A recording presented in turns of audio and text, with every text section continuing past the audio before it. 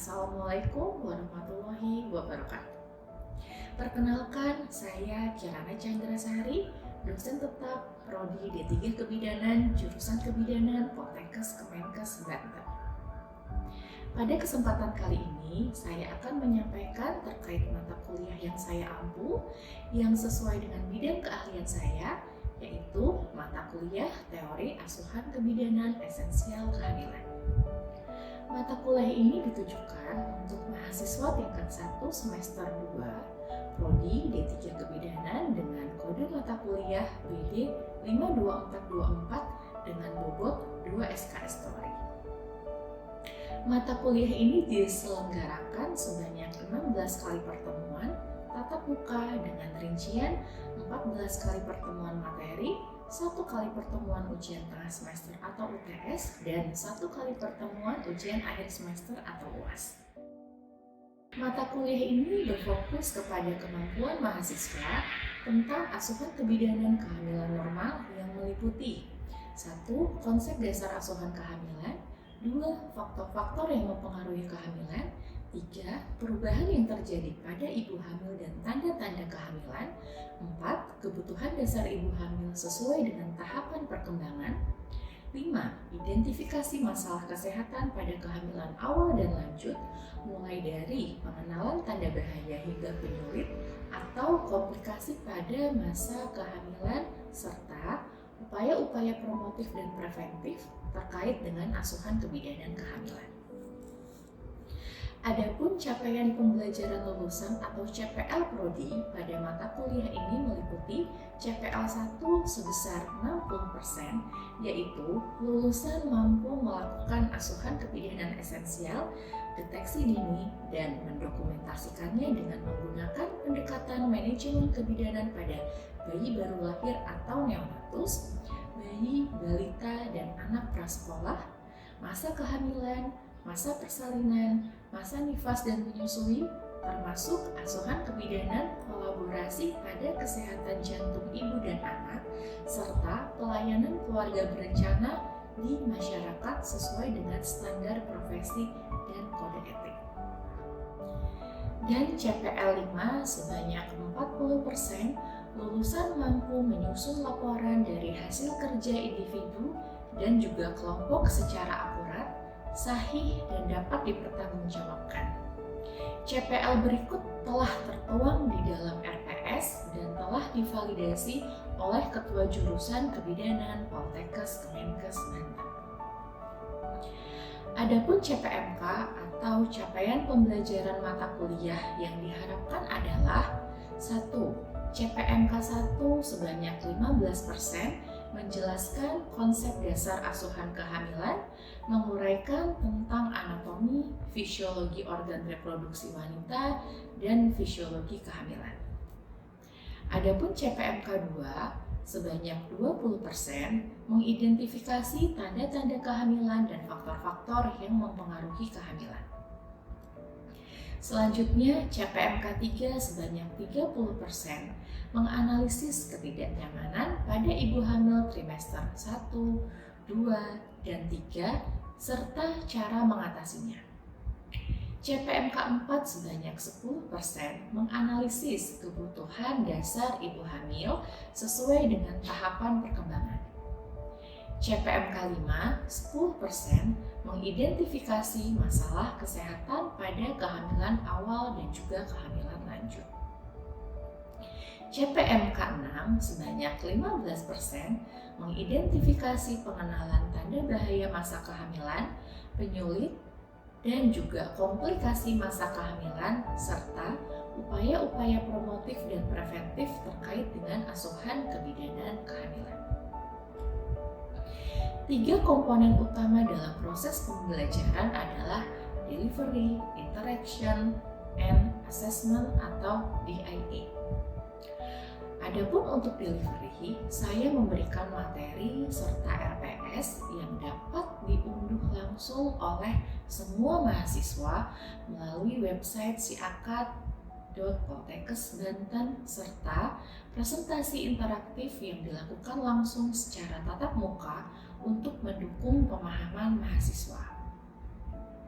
Materi yang saya sampaikan didukung oleh beberapa media pembelajaran berupa video, kuis interaktif berupa Quizizz ataupun Canva sebagai media pendukungnya.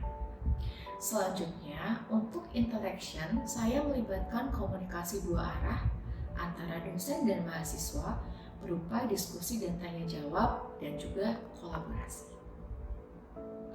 Terakhir, untuk asesmen atau penilaian dalam mata kuliah ini mencakup asesmen formatif untuk penilaian proses yang dilakukan melalui kuis, tugas kelompok berupa makalah maupun individu seperti presentasi, serta penilaian sikap dan juga partisipasi.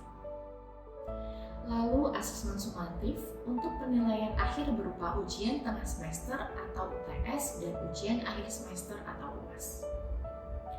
Model pembelajaran yang digunakan dalam mata kuliah ini adalah SGD, diskusi interaktif, brainstorming, ceramah tanya jawab. Referensi yang saya gunakan dalam mata kuliah ini berupa buku-buku kebidanan agar mahasiswa mampu mengikuti perkembangan ilmu pengetahuan dan teknologi masa kini. Saya juga menggunakan jurnal bereputasi karya ahli di bidang kebidanan dan juga jurnal bereputasi karya saya yang saya masukkan ke dalam RPS pertemuan 11 guna menunjang referensi materi perkuliahan. Berikut adalah video proses pembelajaran mata kuliah teori asuhan kebidanan esensial kehamilan dengan materi pertemuan 11 yaitu tanda bahaya pada kehamilan awal dan kehamilan lanjut. Mari kita simak bersama. Assalamualaikum. Waalaikumsalam. Ketemu dengan kelas 1A? Betul, Ibu. Alhamdulillah. Apa kabar semuanya? Alhamdulillah. Ini sudah disiapkan ya oleh PC ya. Terima kasih banyak sudah menyiapkan pembelajaran pada hari ini. Baiklah, sebelum kita mulai pembelajaran, silakan untuk KM Putri untuk memimpin doanya. Baik, sebelum kita memulai pelajaran hari ini, akan baiknya kita berdoa bersama-sama. Berdoa dimulai. Berdoa selesai. Baik, sebelum kita mulai perkuliahan, saya akan mengingatkan kalian mengenai tugas minggu lalu. Apakah sudah dikumpulkan? Sudah, Ibu. Tepat waktu ya. Iya, Ibu. Ada yang masih belum mengumpulkan? Sepertinya sudah semua. Sudah semua. Baik, nanti setelah perkuliahan ini akan saya share ke kalian untuk nilai-nilainya ya. Ya. Ada yang tahu hari ini kita akan mulai belajar materi apa? Tentang Ibu, tentang tanda bahaya pada kehamilan awal dan lanjut, Ibu. Oke, tanda bahaya pada kehamilan awal dan juga kehamilan lanjut. Mungkin ada yang masih ingat untuk pertemuan minggu lalu kita belajar mengenai materi apa? Tentang Ibu masih ingat, Ibu. Ya. Minggu lalu itu kita membahas tentang materi kesehatan ketidaknyamanan pada kehamilan awal dan lanjut, Ibu. Oke, bagus. Kira-kira masih ada yang ingat nggak contohnya? Apa aja sih contoh dari ketidaknyamanan pada kehamilan? Acungkan tangannya. Boleh, Ibu. Iya, oke Putri, silahkan. Ibu, untuk ketidaknyamanan pada ibu hamil awal itu biasanya dia akan merasakan mual muntah atau biasa disebut morning sickness seperti ini, Ibu. Terus juga kalau di usia lanjut itu dia biasanya karena janinnya semakin besar dia akan mengalami nyeri punggung, terus Ya. gerak kaki, dan dia pasti akan merasakan sering buang air kecil. Oke, ya, bagus ya. Kemudian untuk penata laksanaan atau penanganan dari masalah ketidaknyamanan yang diucapkan oleh Putri barusan, ada yang bisa jawab? Oke, Amin, iya silahkan. Nyeri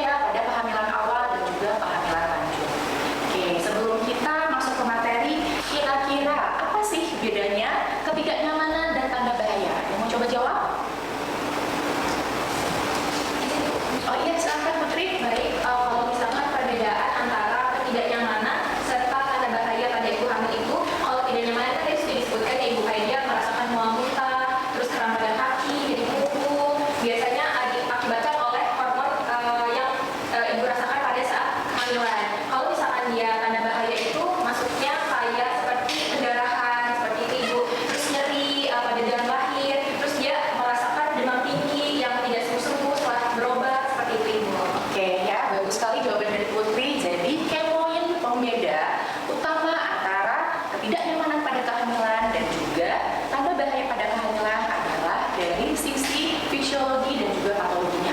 Kalau ketidaknyamanan itu adalah perubahan yang alamiah, karena ibu hamil yang semula dia tidak hamil kemudian menjadi hamil itu kan segala bentuk di dalam diri dan tubuhnya itu berubah semua, mulai dari hormon, perubahan fisik, perubahan mood, seperti itu ya, psikologisnya juga itu. Sedangkan untuk tanda bahaya adalah perubahan atau ketidaknyamanan yang bisa menyebabkan bahaya, baik itu untuk ibunya maupun untuk janinnya.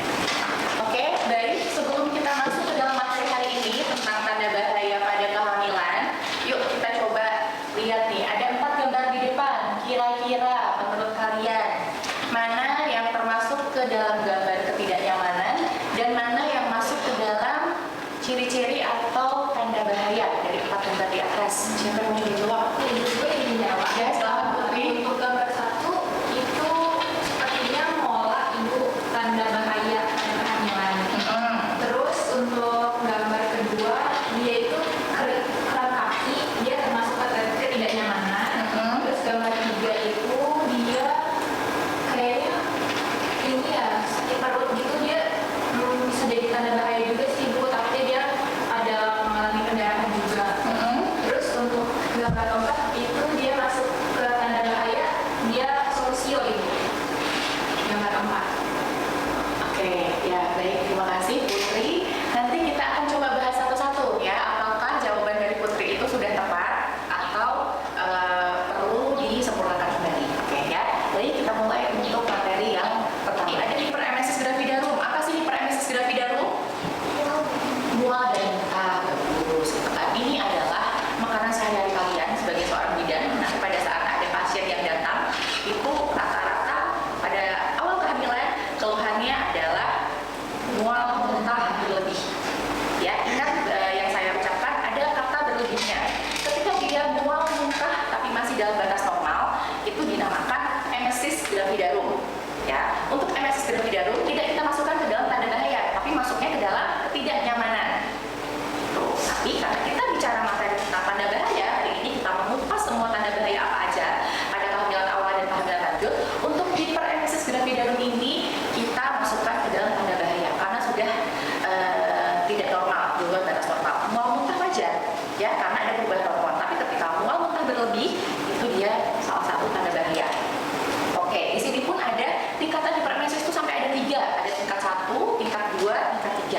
Kalau dari yang saya tuliskan di depan, kira-kira yang paling bahaya itu tingkat 1, tingkat 2, atau tingkat 3? Ya, kenapa? Kenapa tingkat 3? Karena dari keadaan umumnya itu dia udah lebih lemah lagi, terus kesadarannya udah mulai menurun, dan tadinya itu takikardia ya, Oke, bagus sekali ya Syifa. Oke, jadi bisa kalian ingat-ingat dan kalian pahami. Nah, sebelum kita masuk ke materi tanda bahaya pada kehamilan lanjut, untuk tanda kehamilan pada tanda bahaya kehamilan awal, ada yang ingin ditanyakan? Tidak? Sudah cukup jelas? Oke, kita lanjut lagi ke tanda bahaya kehamilan lanjut. Di sini ada placenta previa, gerakan janin tidak terasa, hipertensi, bisa menjadi preeklamsi atau bahkan eklamsi, dan juga sumur-sumur placenta. Oke, kira-kira dari keempat tanda bahaya ini mana yang paling bahaya? semuanya bahaya sih. Betul sekali ya, pertanyaan jebakan saya, berarti Putri masih fokus, semuanya bahaya gitu ya. Kita bedah satu-satu, mulai dari placenta previa. Apa sih placenta previa itu? Ya, adalah placenta yang implantasi. Apa itu implantasi? Kelokatan, nempelnya itu menutupi sebagian atau seluruh dari jalan lahir, sehingga kalau misalnya kita mau bersalin, pasien mau bersalin, ibu hamil mau melahirkan, itu kan kepala bayinya akan mencari jalan lahir gitu, tapi tidak bisa lahir karena apa? Karena di jalan lahir itu ada placenta. Ketika ada kasus placenta previa seperti ini, apa tindakannya? Diidentifikasi dulu tanda bahayanya, dilakukan penanganan awal, dan itu dilakukan rujukan. Oke, dilakukan rujukan. Karena apa? Karena bidan tidak punya kewenangan untuk memberikan penata laksanaan atau menolak persalinan ibu hamil dengan kasus placenta previa. Dari mana kita bisa tahu bahwa ini placenta previa? Ibu datang ke kalian dengan keluhan nomor 1.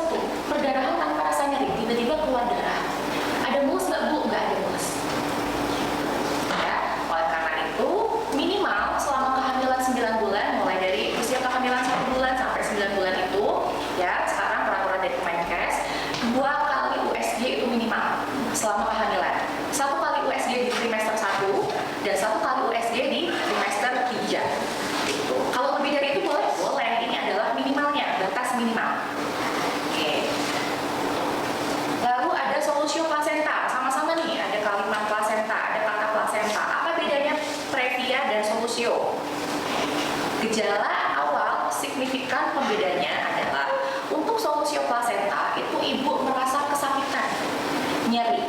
Karena apa? Karena definisi dari solusio plasenta adalah kondisi kegawat daruratan ketika plasenta itu tadi di depan kita cerita bahwa plasenta itu nempel ya di dinding rahim. Plasentanya itu lepas dari tempelan dinding rahimnya itu. Sehingga ibu merasa kesakitan, keluar pendarahan tidak, tetap keluar pendarahan. Penanda utama pembeda solusio plasenta dan plasenta previa, satu dari warna pendarahan. Oke, kalau plasenta previa apa warna darahnya? Merah saja.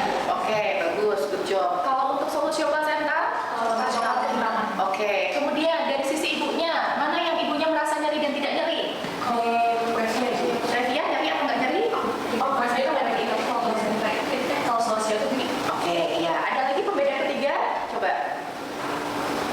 Kalau plasenta previa itu dia menutupi jalan lahir, kalau solusio plasenta itu si plasentanya itu tidak menempel pada dinding rahim. Oke, bagus. Terakhir, pembeda utama antara plasenta previa dan solusio plasenta. Apa? Ketika kalian melakukan pemeriksaan fisik pada ibunya, plasenta previa itu perutnya biasa aja, kayak kalian palpasi, lempot 1, 2, 3, 4. Biasa aja, karena ibunya juga nggak nyeri, nggak kenapa-napa, hanya memang keluar perdarahan dari jalan lahir yang warnanya merah segar. Tapi untuk solusio plasenta, itu ibunya kesakitan. Sungguh kesakitan, sangat kesakitan. Gitu. Dan biasanya pada saat kalian melakukan pemeriksaan fisik, perutnya itu tegang seperti papan. Tegang, kaku, keras, itu dia ciri utama dari solusio plasenta. Gitu ya. Oke. Nah, karena tadi kalian sudah jelas ya dari kejelasan yang saya sampaikan, coba kira-kira dari 4 tanda bahaya atau ketidaknyamanan ini, mana yang masuk ke dalam kategori ketidaknyamanan dan mana yang masuk ke dalam kategori tanda bahaya? Oke, Putri. Gambar satu yang dari paling kiri. Itu dia masuk ke tanda bahaya ibu. Oke, kenapa? Karena dia itu termasuk ke kehamilan FOP di mana kehamilannya itu di luar dari kandungannya ibu. Oke, ya bagus. Untuk gambar kedua, siapa yang mau coba jawab? Izin jawab lagi. Oke, Putri lagi. Ya kalau untuk gambar kedua itu dia kayak keran kaki ya ibu. Nah, keran kaki itu dia masuknya ke ketidaknyamanan pada kehamilan lanjut. Oke, ya. Untuk gambar ketiga, masih mau Putri lagi coba jawab? Oke.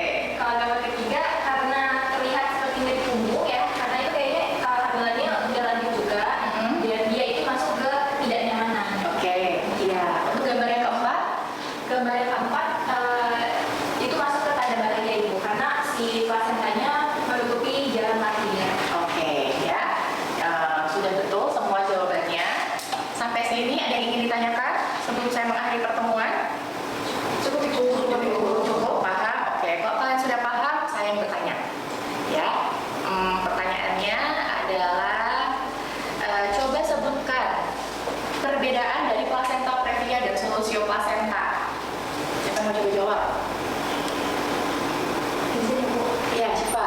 Kalau misalkan plasenta previa itu adalah plasentanya itu menutupi jalan lahir, di mana menutupinya itu baik itu secara keseluruhan maupun sebagiannya. Kalau misalkan plasenta solusio Solusio plasenta. plasenta itu plasentanya itu cepat dari tidak menempel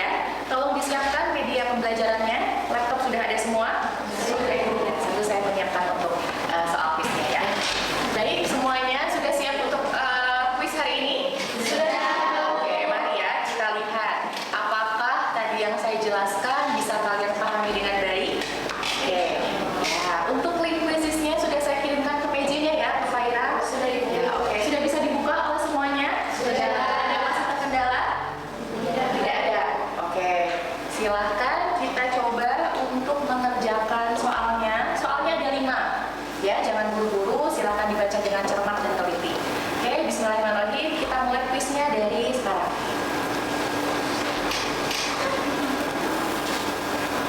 Jangan nyontek, dikerjakan semampunya.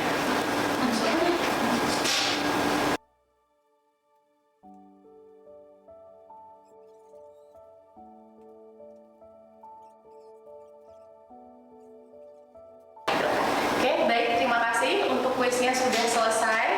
Saya puas dengan hasilnya karena untuk kelas kita paling rendah nilainya 80. Oke, kemudian paling tinggi nilainya 100, ada 3 orang. Ya, ada sedikit reward dari saya untuk yang nilainya 100. Siapa namanya? Syifa, mana Syifa? Pak. Iya. Oke, ya, ketiga Anir. Ya, sebelum saya akhiri untuk pertemuan hari ini, setelah kuis akan ada tugas. Ya, tugasnya secara individu. Tolong kalian buat media informasi berupa podcast, media podcast ya. Itu bentuknya macam-macam. Boleh melalui poster, boleh video, boleh leaflet ataupun yang lainnya. Ya, tentang apa, Ibu? Tentang macam-macam tanda bahaya kehamilan. Gitu. Nanti silahkan kalian buat. Untuk yang absen ganjil, ya 1, 3, 5 dan seterusnya itu tentang tanda bahaya kehamilan awal. Untuk yang absen genap, 2, 4, 6 dan seterusnya itu untuk tanda bahaya kehamilan lanjut. Seperti itu. Oke, untuk waktu pengumpulannya kapan? Kita kesepakatan bersama. 1 hari cukup? 2 hari Bu. Oke, 2 hari ya, deal. Sekarang hari Senin, nanti dikumpulkan hari Rabu seperti biasa ya di LMS kita di Siapa Poltekkes Banten. Silakan kalian upload tugas kalian yang individu di kolom yang sudah disediakan. Tuh, jangan tertukar ya pertemuan kita, jangan untuk pertemuan minggu lalu dan juga pertemuan minggu depan ya. Oke, di mana di materi tanda bahaya kehamilan awal dan juga kehamilan lanjut. Oke, nah apakah tugasnya sudah selesai? Cukup itu aja? Tidak. Masih ada lagi tugas untuk minggu depan. Ya, pertemuan minggu depan tentang apa materinya? Tentang penyulit dan komplikasi pada kehamilan. Oke, tugasnya apa Ibu? Tugasnya adalah kalian mencari satu jurnal ya tentang penyulit dan komplikasi pada kehamilan. Kalian cari satu jurnal. Kalian pelajari, bisa kalian diskusikan secara bersama-sama dengan kelompok kalian, gitu kan? Kemudian nanti setelah kalian mencari satu jurnal itu, saya akan mengadakan pretest di awal pertemuan minggu depan. Ya, sebelum kita masuk ke materi, kita akan pretest dulu, gitu kan? Dari materi yang kalian belajar secara mandiri, kalian cari dulu jurnalnya. 1 orang cukup 1 aja. Tapi kan kalau 1 kelas dikumpulkan dalam drive kan sudah menjadi puluhan judul. Oke, kemudian nanti setelah pretest saya akan memberikan materi dan yang terakhir nanti akan post test. Saya mau lihat nih pretest selama kalian belajar mandiri, kemudian nanti akan saya berikan materi, kemudian nanti saya akan ukur lagi post testnya apakah ada perubahan nilai pengetahuan kalian itu signifikan atau tidak. Gitu ya. Oke, cukup jelas tugas dari saya. Ada yang ingin ditanyakan? Cukup. Oke, kalau misalnya cukup tidak ada yang ditanyakan, alhamdulillah alamin. Pertemuan kita hari ini tentang tanda bahaya kehamilan awal dan kehamilan lanjut sudah selesai. Ya, sekian dari saya. Mohon maaf apabila ada ucapan yang kurang berkenan. Gitu, saya tutup. Wassalamualaikum warahmatullahi wabarakatuh. Waalaikumsalam warahmatullahi wabarakatuh. Terima kasih.